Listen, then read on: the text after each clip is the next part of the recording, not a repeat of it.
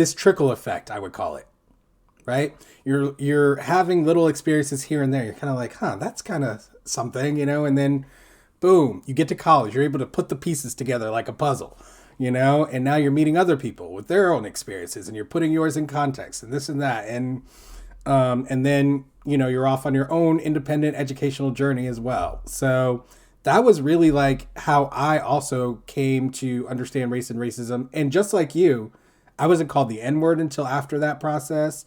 I wasn't discriminated against directly until after that, which I find interesting. I'm like, it actually makes me wonder, like, because there are many experiences that I've had that I can reflect upon, and now I see that racism was involved, but at the time I had no concept of that. A lot of them, interestingly enough, are doctor's visits. Because you go to the doctor thinking, at least I did, and I was taught this, that the doctor's there to help you. They're here to help you be in good health and figure out what's wrong and this and that. And like, I had so many, like a ridiculous number, and I still do have them. Like the other day I went to the doctor and the nurse just like put the thermometer up to my mouth, did not say a word to me, just put the thing in my mouth. Like, it's just like things like that. Like just, and this is the type of thing where it's like, well, why are you making it about race? How do you know it's because you're Black? Exactly. Like, oh, I went to the doctor and someone did something to me and blah, blah, blah. Yeah, exactly. All these things. And, I've had doctors laugh in my face. I've had all these kind of things. Like last year I told a doctor that I didn't really feel like they had my best medical interests at heart. And she just did not respond to that. Just went on like I never said that. So she did not acknowledge I even said it. So like, it's just, like you have this trickle effect whereby you experience things, you reflect on things, and you're learning more knowledge about the racial history.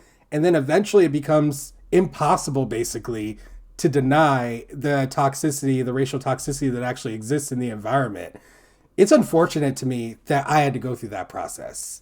I don't think that's a process that any Black person needs to go through. We need to be aware from the jump. We can't be waking up slow, all right? We need that alarm to go off and be up and going if we're going to be successful in this country, and if we're not going to, set our people up for struggle and failure. And so, after my experience, I was like, I can't be letting my Black students go through this. Like, I can't allow it, because I can do something about it. So that's why I mentor my students, especially my Black students. I take special care with that.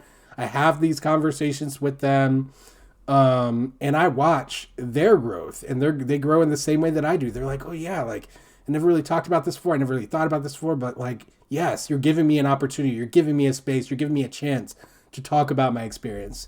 And while I do teach mathematics, and it can be difficult in there, I teach English writing as well, and I do private clients as well and mentor students. So a lot of this stuff comes out through their essay writing. Yeah. Yeah.